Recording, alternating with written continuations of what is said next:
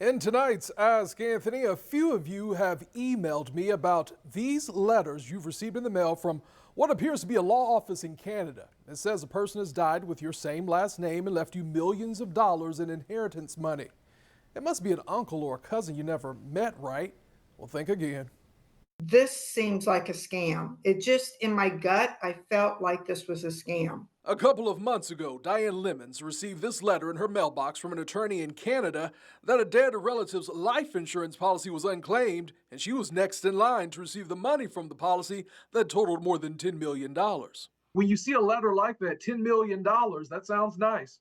Yeah, boy, that would be awesome. Right.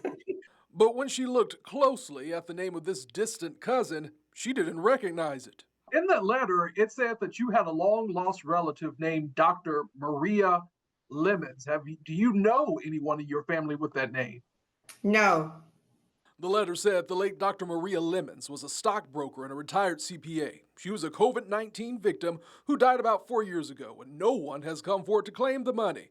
But there's a catch. The letter says to collect the money, 10% must be sent to a charity, and the rest will be split between the attorney in Canada and Diane.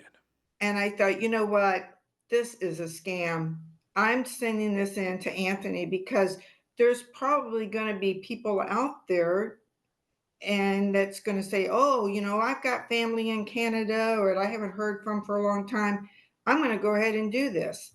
I'm glad she did send it to me because I had just read a warning from the Federal Trade Commission about this scam. According to the FTC, when people respond to these letters, the scammers will try to get your personal and financial information like your social security or bank account numbers. I wanted to see who was behind this letter, so I called the number listed on the paper. My name is Anthony Austin with First Coast News in the United States in Jacksonville, Florida. A man answered the phone, and when I started asking questions, he told me to send an email. But I was just trying to verify, are you a legitimate attorney?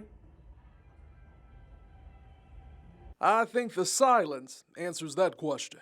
Well, Diane, you definitely did the right thing, so I appreciate you for sending that to me and not responding to them. But like they say, if it's too good to be true, it probably is. Yes. Yep.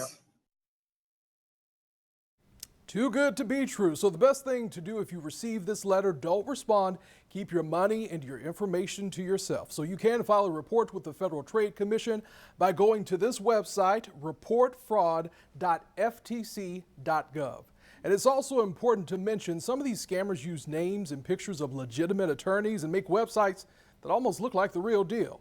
But remember, if you have a problem you just can't solve, you can always email me at askanthony@firstcoastnews.com.